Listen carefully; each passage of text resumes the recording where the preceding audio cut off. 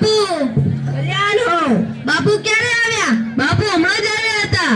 બાપુ મારા ઘરે તો એક દાડા પગલા કરો. બાપુ તારા ઘરે ક્યાંથી આવે? તું તો દારૂ પીએ, જુગાર રમે અને ચોરી કરે છે. પણ બાપુ એક દાડો તો પગલા કરો. તમારી બને એટલી સેવા હું કરીશ. તારી ઘરે હું પગલા કરું પણ તારે એક વાત માનવી પડે. વાત તો બાપુ દારૂ, જુગાર અને ચોરી આ ત્રણ વસ્તુ સિવાય તમે જે કહો તે માનીશ. સાંભળ્યું? આને તો મને ધર્મ સંકટમાં નાખી દીધો. હવે મારે શું કરવું? જે મેં ત્રણ રાક્ષસ હતા એમાંથી તો આને કોઈ પાળવા નથી. બાપુ તમે જ કોઈક રસ્તો કાઢો. હા, એક ઉપાય છે. ચાલ ઉભો રહે. તારે એક વ્રત પાળવું જોઈશે. કયો વ્રત બાપુ? સત્યવ્રત. સત્યવ્રત? હા, તારે હું તારા ઘરે 12 મહિનામાં પગલા કરું પણ તારે કદી જૂઠું નહીં બોલવાનું. ગમે એવા સંકટમાં ફસાય તો તારે જૂઠું નહીં બોલવાનું. હો બાપુ, હું આ સત્યવ્રતનું પૂરેપૂરું પાલન કરીશ. તો તારા ઘરે હું 12 મહિના પછી જરૂર પગલા કરીશ. સારું, હવે હું નીકળું હો.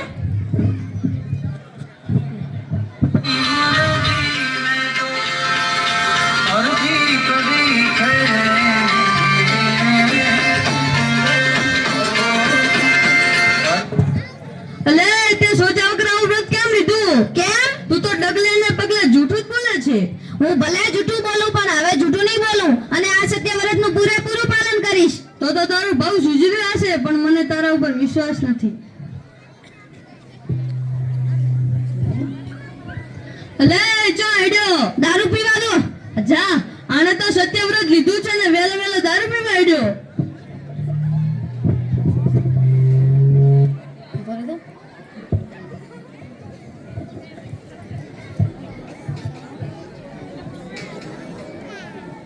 અલ્યા એ ઓય ચમ ઊભો? એટલે પેલા ટીકલાની વાઈટ જોઈને ઊભો છું. ચમ? મેં એને કાલે 200 રૂપિયા આપ્યા હતા એટલે. તો ઓય શું કરવા ઊભો? ઈ દરરોજ દારૂ પીએ છે. દારૂ પી જાય એટલે જૂઠું બોલવા માંડે છે. એ દારૂ પીવા જાય એ પહેલા જ હું તેની પાસેથી 200 રૂપિયા લઈ લઉં. નકા જો એ દારૂ પી જાય તો પછી જૂઠું માંડવા માંડે એટલે. ઈ વાત આધી હો. હેડ હું તો હેડું. હા ના, મારી ઓછી વાત તો આધી હો. હું દારૂ ના પીવું એટલી ઘડા તો હાથું જ બોલીશ પણ દારૂ નશામાં કદી ખોટું બોલી જો તો મારું સત્યવ્રત તૂટી જશે. એટલે આજથી દારૂ બંધ.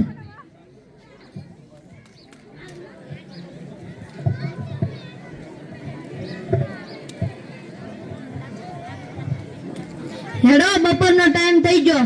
જુગાર રમવા દો.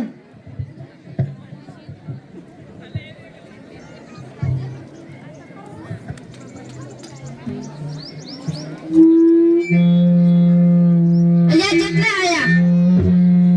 અલ્યા જો લાઈન છે.